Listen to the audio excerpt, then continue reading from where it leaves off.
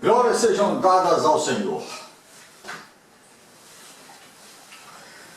Deus condena a idolatria.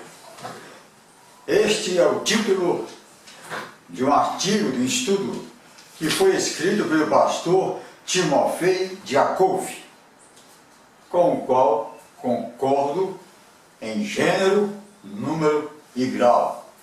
Escreve assim, ele começa citando o que está escrito em Êxodo, capítulo 20, versículos 4 e 5. Não farás para ti imagem de escultura, nem alguma semelhança do que há em cima nos céus, nem embaixo na terra, nem nas águas debaixo da terra. Não te curvarás a elas, nem as servirás, porque eu, o Senhor, sou Deus zeloso, que visito a maldade dos pais dos filhos, até a terceira e quarta geração daqueles que me aborrecem, e faço misericórdia em milhares aos que me amam e guardam meus mandamentos. Ele diz, certamente que Deus tinha as suas razões de proibir de o homem tributar culto aos ídolos, uma vez que causa males ao próprio homem. Vejamos, primeiro, ele petrifica o coração e cega os olhos. Salmo 115, versículo 8.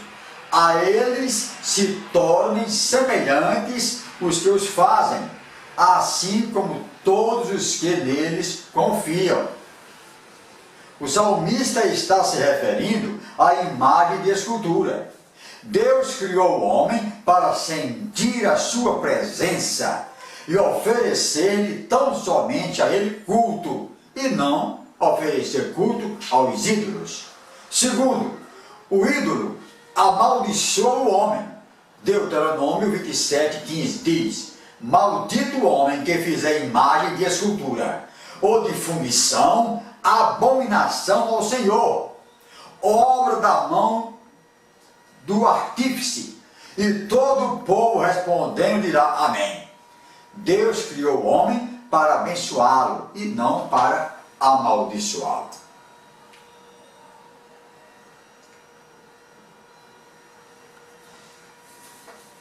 O desobediente perde a bênção da certeza. 1 João 5, versículo 13, diz, estas coisas vos escrevi a vós, os que credes no nome do Filho de Deus, para que saibais que tendes a vida eterna e para que creiais no nome do Filho de Deus.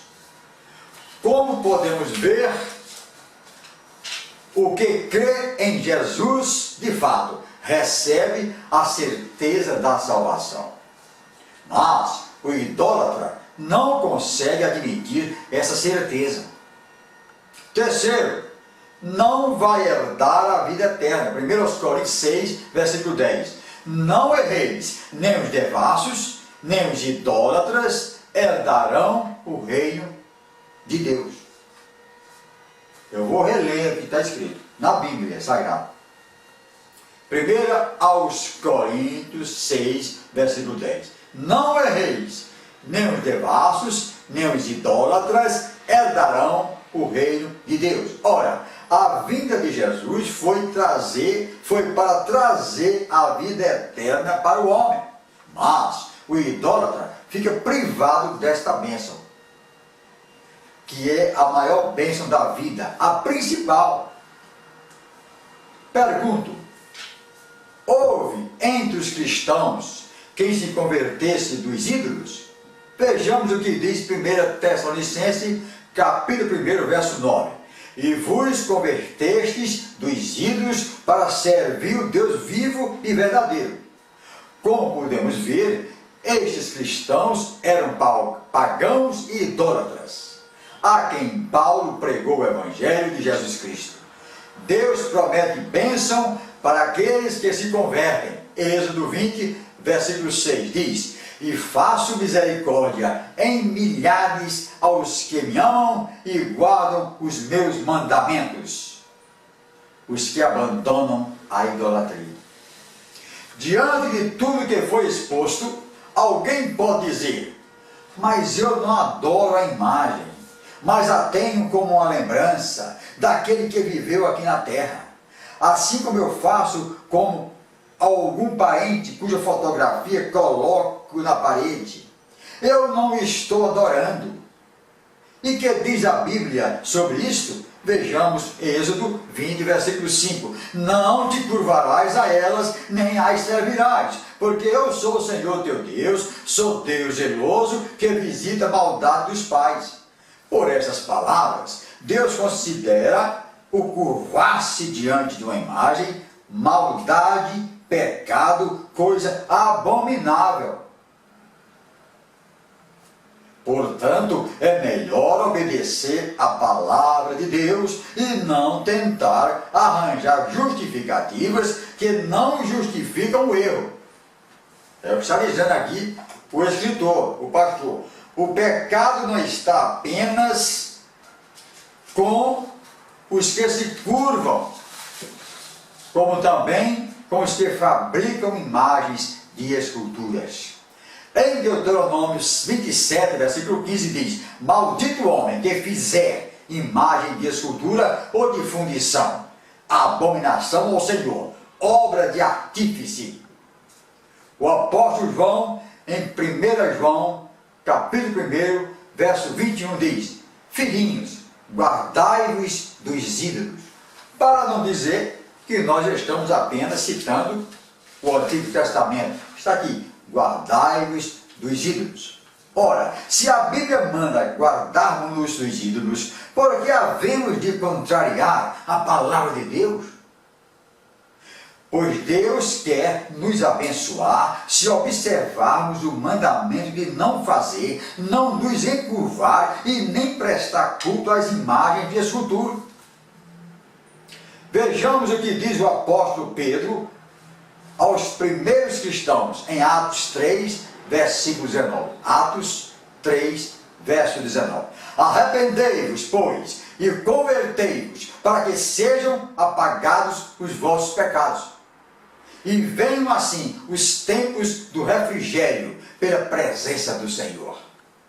Prezado leitor, perdoa-me se porventura você se sentiu ferido por esta palavra, pois não foi esta a minha intenção, e sim foi para ajudá-lo a conhecer a palavra de Deus.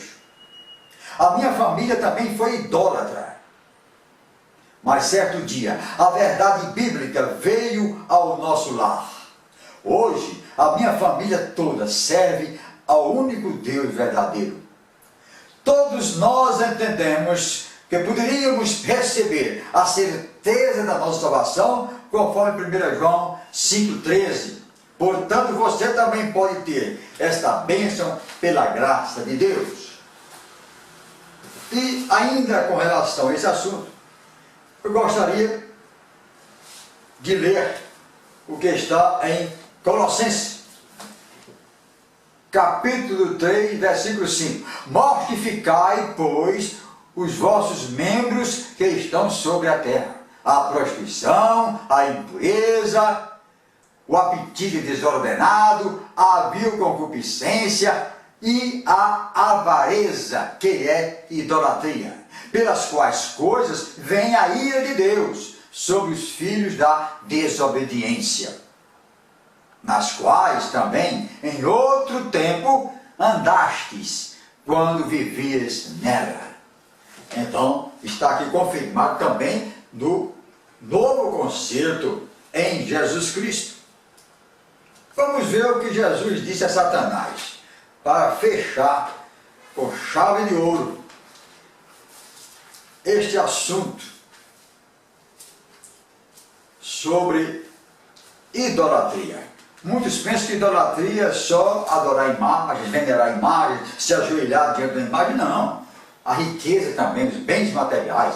Você pode então cometer a idolatria adorando um apartamento, um carro e assim por diante. Olha aqui, Mateus 4. Jesus disse a Satanás: vai-te, Satanás, porque está escrito: ao Senhor teu Deus adorarás e só a Ele servirás.